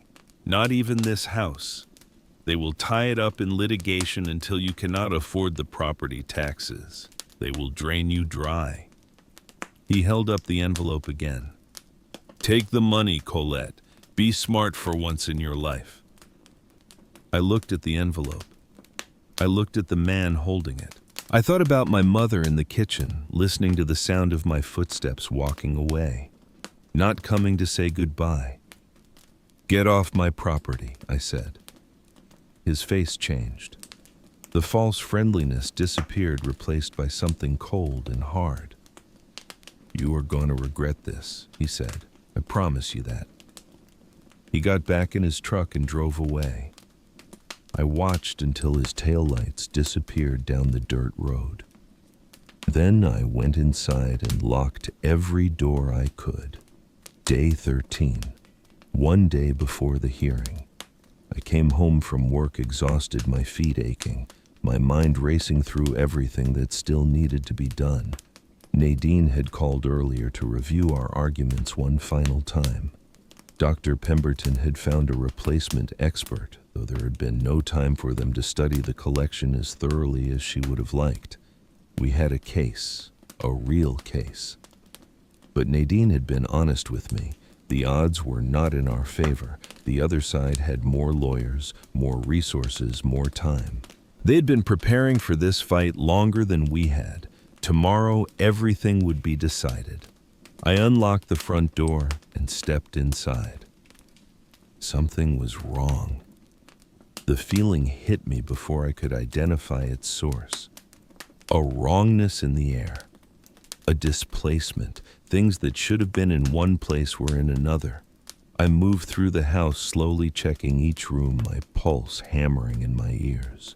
The trapdoor to the studio was open, wide open this time, not just cracked, thrown back against the floor as if someone had descended in a hurry. I grabbed my flashlight and went down the stairs. At the bottom, I stopped. The studio had been violated, not completely ransacked, nothing thrown around or destroyed, but violated nonetheless, carefully, deliberately, with purpose. And 3 paintings were gone. 3 of the most significant works in the entire collection. The large canvas depicting 2 aircraft in flight at sunset. A portrait that Dr. Pemberton had identified as one of Rosalind's masterpieces, and a landscape that captured the property exactly as it must have looked in its prime, the mansion newly built. The grounds carefully tended, everything that had since fallen into ruin shone in its moment of perfection. The frames hung empty on the wall. The paintings were simply gone.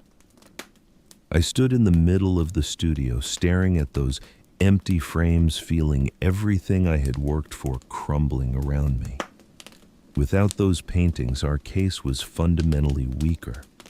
They were the centerpiece of our argument, the works that best demonstrated Rosalind's genius and the collection's significance.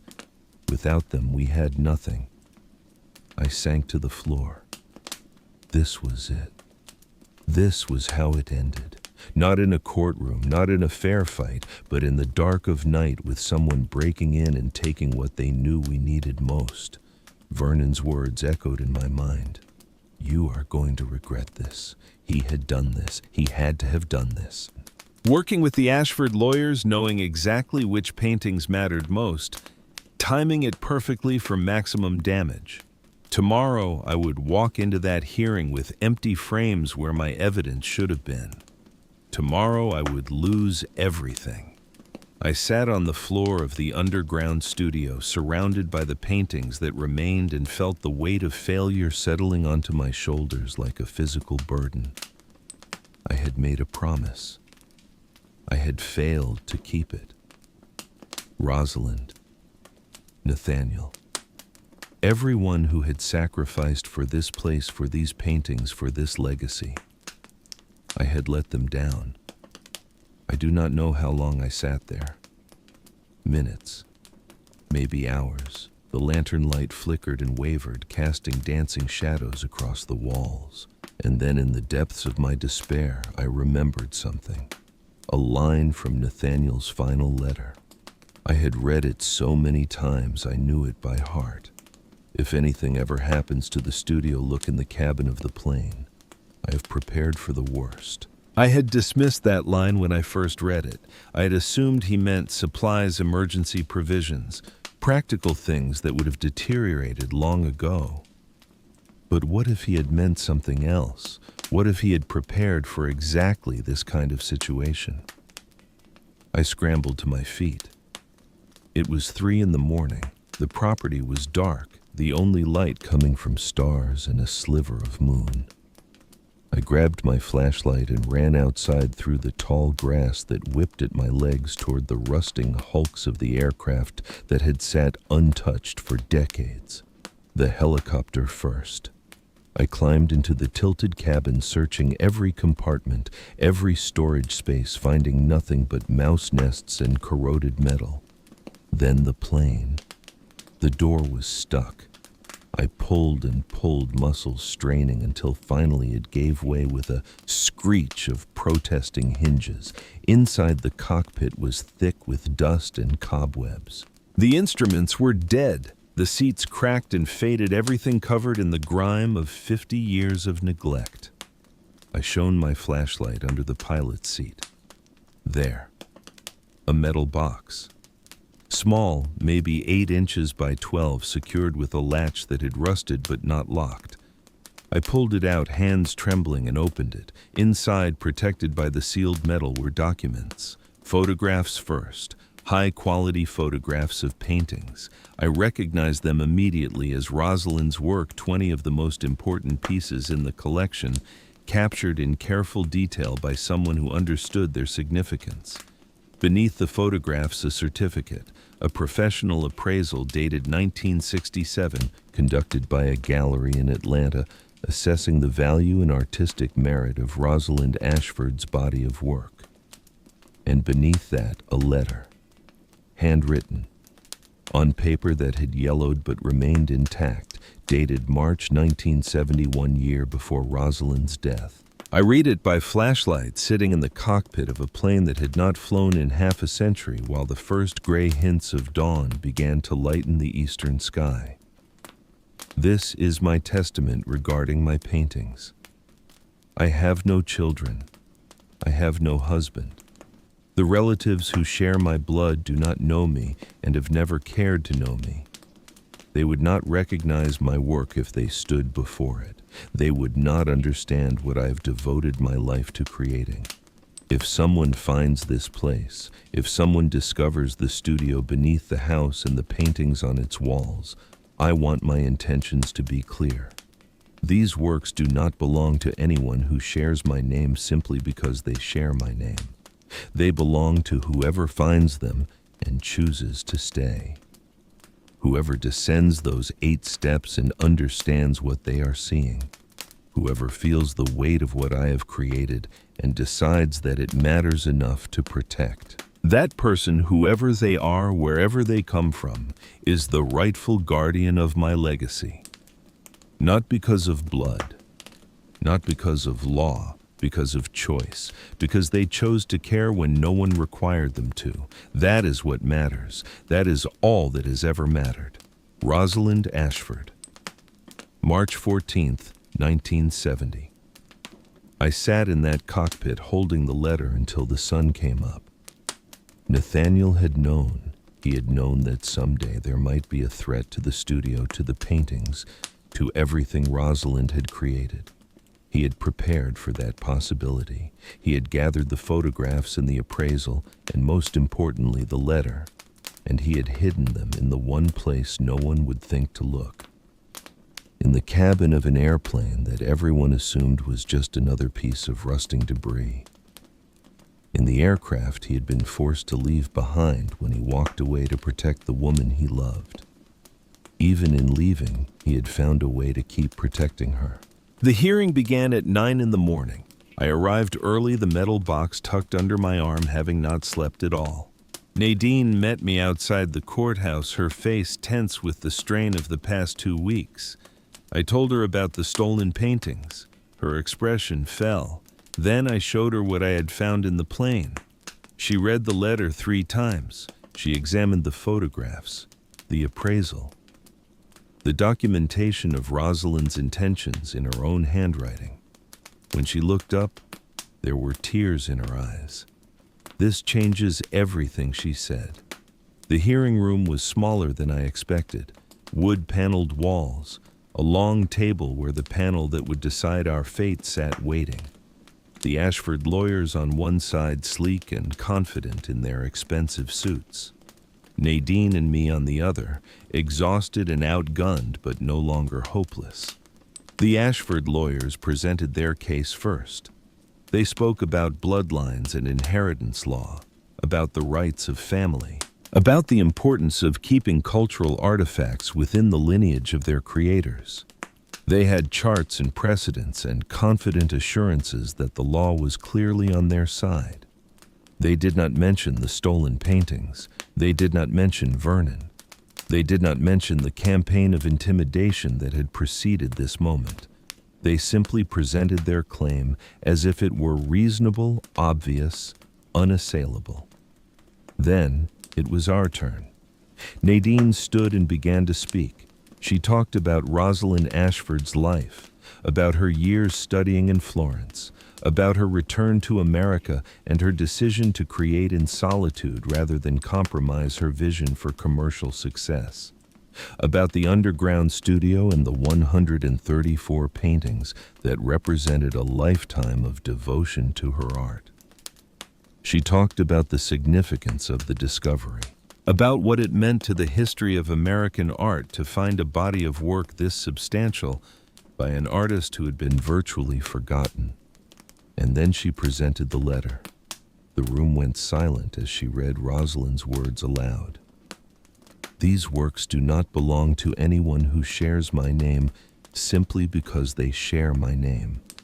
They belong to whoever finds them and chooses to stay." The Ashford lawyers objected. They questioned the authenticity of the document. They demanded expert verification. Nadine was ready for this. Dr. Pemberton took the stand. She testified about the consistency of the handwriting with other samples from Rosalind's notebooks. She presented analysis confirming the age of the paper, the composition of the ink, the authenticity of the document. The letter was real. Rosalind Ashford had made her wishes clear. And there was one more thing. 3 paintings were stolen from the property last night, Nadine said. 3 of the most significant works in the collection. We have reason to believe this theft was connected to parties associated with this claim. The Ashford lawyers began to object again, but Nadine continued.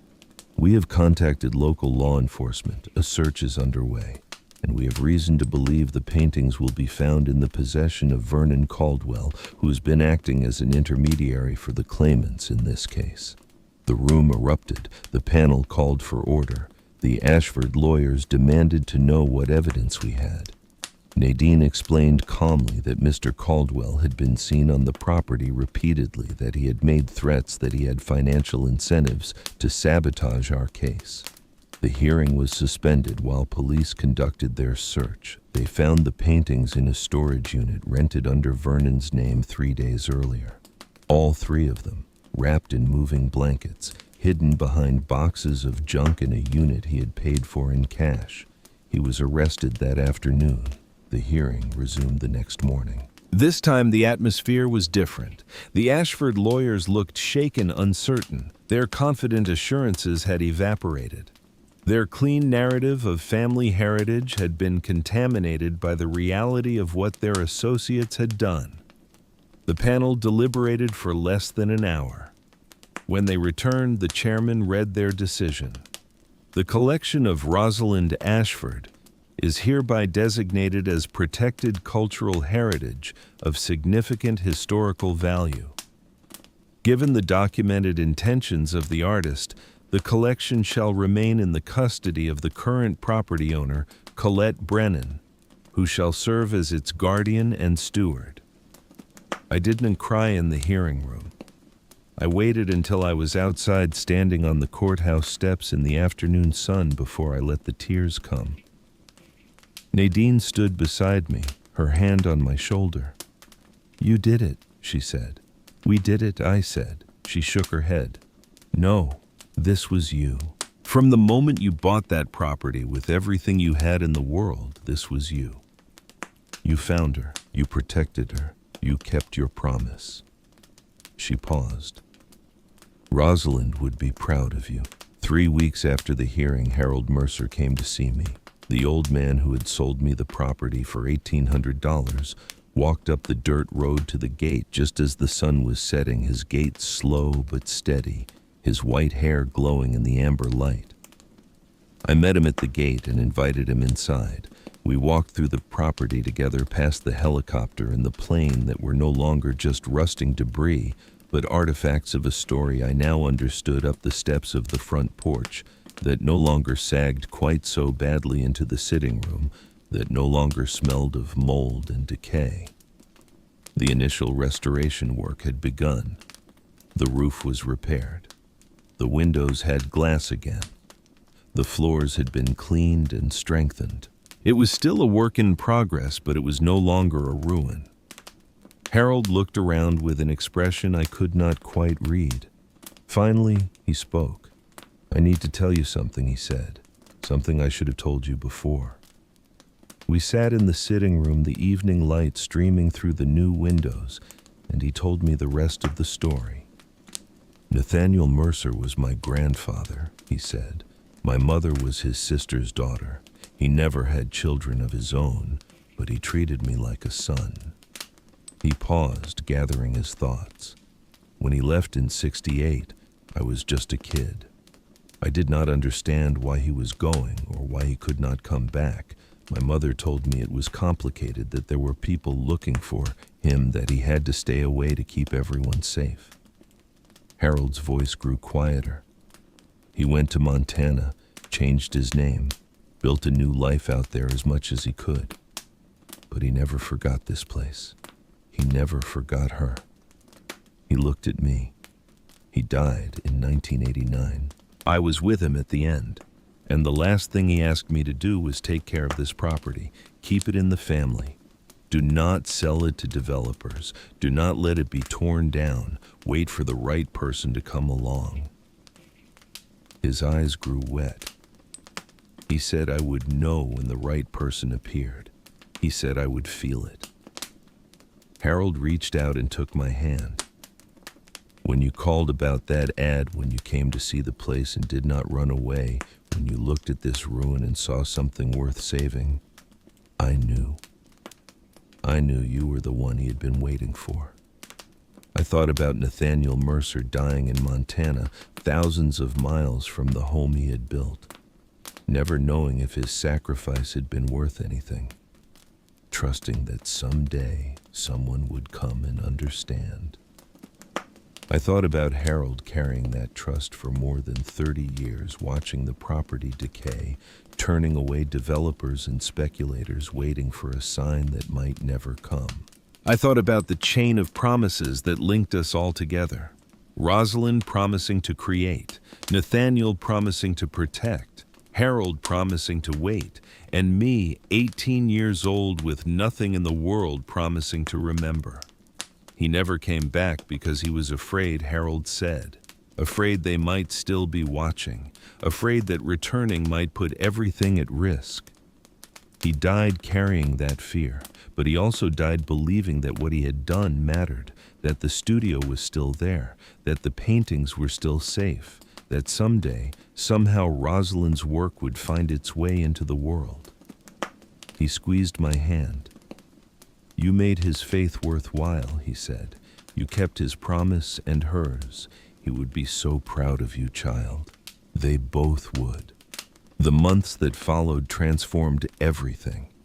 The restoration continued, funded by grants from cultural preservation foundations and by fees from galleries that wanted to display selections from the collection. A major museum in Atlanta organized a traveling exhibition. Scholars wrote papers. Documentaries were filmed. Rosalind Ashford, forgotten for half a century, became a name that art students learned alongside the masters she had studied in Florence. The mansion slowly returned to life.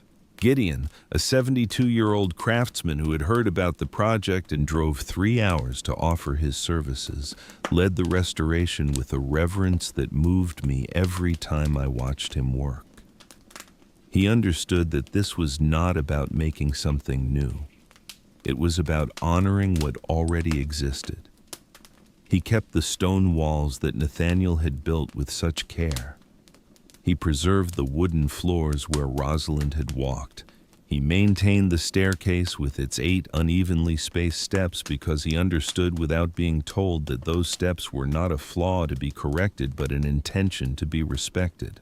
When he finished the work on the underground studio, installing proper lighting and climate control while maintaining the original character of the space, he stood at the bottom of those 8 steps and looked around at the paintings on the walls. "This is sacred ground," he said simply. "You can feel it. I could feel it. Every time I descended those steps, I felt the weight of what had been created and protected and lost and found again in this space beneath the earth." The studio opened to the public 1 year after the hearing. Groups came every week now. Students and scholars and ordinary people who had read about the discovery and wanted to see it for themselves. Dr. Pemberton organized educational programs. Docents led tours that included readings from Rosalind's notebooks because she had been right all those years ago. You could not understand the paintings without understanding the voice that had created them. But that was not the only change. In the building behind the mansion, a small structure that had once been a workshop and had been restored with the same care as the main house, something else was happening. Every Saturday morning, children arrived. They came from the surrounding countryside, from families that did not have money for art lessons or museum trips or any of the cultural advantages that wealthier children took for granted. They came with backpacks and lunch boxes and eyes full of curiosity, and they painted. I taught them what I had learned from Rosalind's notebooks. Not technique exactly, because I was no expert, but something more important. I taught them that creating was an act of faith, that making something that did not exist before was its own kind of courage. That art was not about talent or training or having the right materials. It was about seeing something in your mind and having the determination to make it real. Some Saturdays, Dr. Pemberton came and talked to them about the paintings in the studio.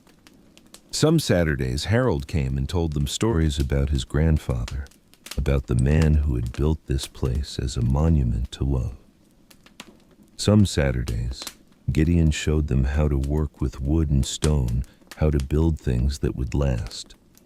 And every Saturday, without fail, I took them down those 8 unevenly spaced steps and let them stand in the middle of 134 paintings that a woman had spent 40 years creating in solitude, never knowing if anyone would ever see them. Look, I told them every time. Look at what one person can do if they believe in what they are making. Look at what can survive if someone cares enough to protect it. At the entrance to the studio, a wooden sign now hangs from iron hooks forged by Gideon himself. On the sign is carved a sentence from Rosalind's final notebook, written in the last year of her life when she was old and tired and afraid that everything she had made would disappear. The most abandoned place in the world can become the most alive. All it takes is someone who chooses to stay. I carved those words myself late one night, working by lantern light in the restored workshop, wanting to do at least one thing with my own hands that would last, wanting to add my own small mark to the monument that Nathaniel had built and Rosalind had filled and Harold had guarded and that had somehow, against all probability, found its way to me. There is a moment every evening when I walk out to where the aircraft sit. They are still there, the helicopter and the plane. Restored now not to flying condition but to dignity. The rust has been treated, the debris has been cleared. They rest on platforms that Gideon built, surrounded by the wild grass that we have let grow around them, because that is how they were meant to be. They are memorials now, to Nathaniel, to the life he built here and the sacrifice he made, to the love that expressed itself not in words but in actions, in construction, in the patient assembly of a home around someone else's dream. I stand beside them most evenings as the sun goes down. I do not do anything. I just stand there feeling the weight of what happened in this place, honoring it with my presence. Sometimes I think about my mother. I do not hate her anymore. That surprised me when I realized it. Somewhere in the process of finding Rosalind and Nathaniel and their story of love and loss and endurance, I lost the anger I had been carrying since that December night. She made her choice. It was a terrible choice, a choice that I will never understand, but it was hers to make. And in a strange way, that choice set me on the path that led me here. If she had not closed that door, I would never have stood at that bus stop with $42 in my pocket wondering what to do next. I would never have found the ad in the newspaper. I would never have bought this mansion for $1,800. I would never have descended those 8 steps and found a woman who had been waiting for half a century to be discovered. I do not forgive my mother exactly, but I understand that the path I walked, however painful its beginning, led me somewhere I was meant to be. And that is enough. Vernon is in prison now. The theft of protected cultural artifacts turned out to carry significant penalties. His lawyers tried to argue that he had been manipulated by the Ashford cousins, but the evidence showed he had been an active participant, motivated by promises of money and perhaps by the desire to hurt me one more time. I do not think about him much. He has no power over me anymore. He never really did.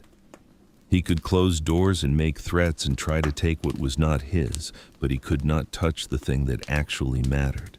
He could not touch the promise I made in an underground studio, speaking to stone walls and silent paintings. He could not touch the love that Nathaniel had built into every stone of this house. He could not touch the legacy that Rosalind had spent her life creating. Some things are stronger than the people who try to destroy them. Last week, a letter arrived. It was from a woman in Montana, elderly now, who had read about the discovery and the restoration and the story of Nathaniel Mercer. She wrote that in 1982, when she was a young mother fleeing a violent husband with 2 small children, a quiet man with white hair and steady hands had flown her across 3 state lines in a small plane, asking no questions, taking no money, simply helping her because she needed help. She wrote that she had never known his name, had never been able to thank him properly, had spent decades wondering who he was and why he had risked himself for a stranger. Now she knew. She wrote that she had named her son Nathaniel after the man who had saved her life, not knowing it was his actual name. She wrote that her son had grown up to be a pilot himself.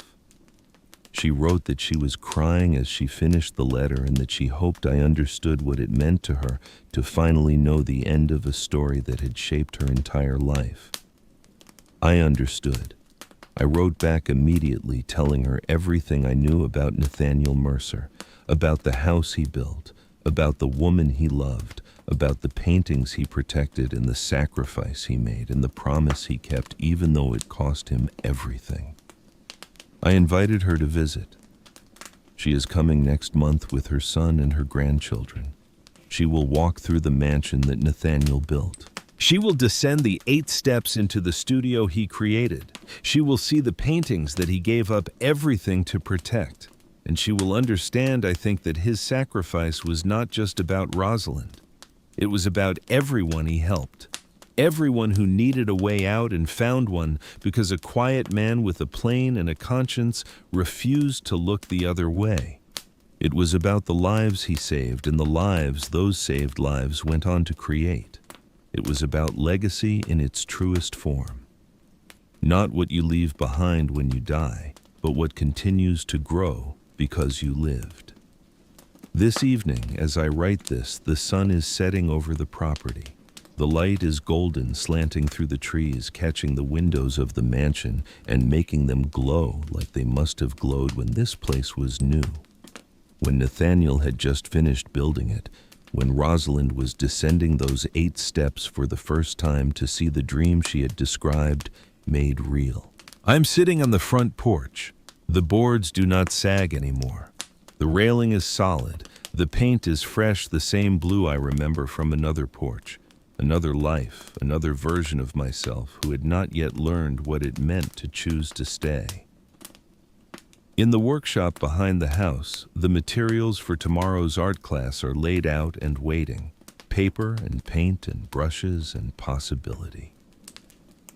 In the studio beneath the ground, 134 paintings hang in climate-controlled perfection, waiting for the next group of visitors who will descend those 8 steps and feel what I felt the first time I saw them. In the yard, the helicopter and the plane rest on their platforms, monuments to a man who loved deeply enough to build and brave enough to leave and haunted enough to spend his final years hoping that it had all been worth something. It was worth something.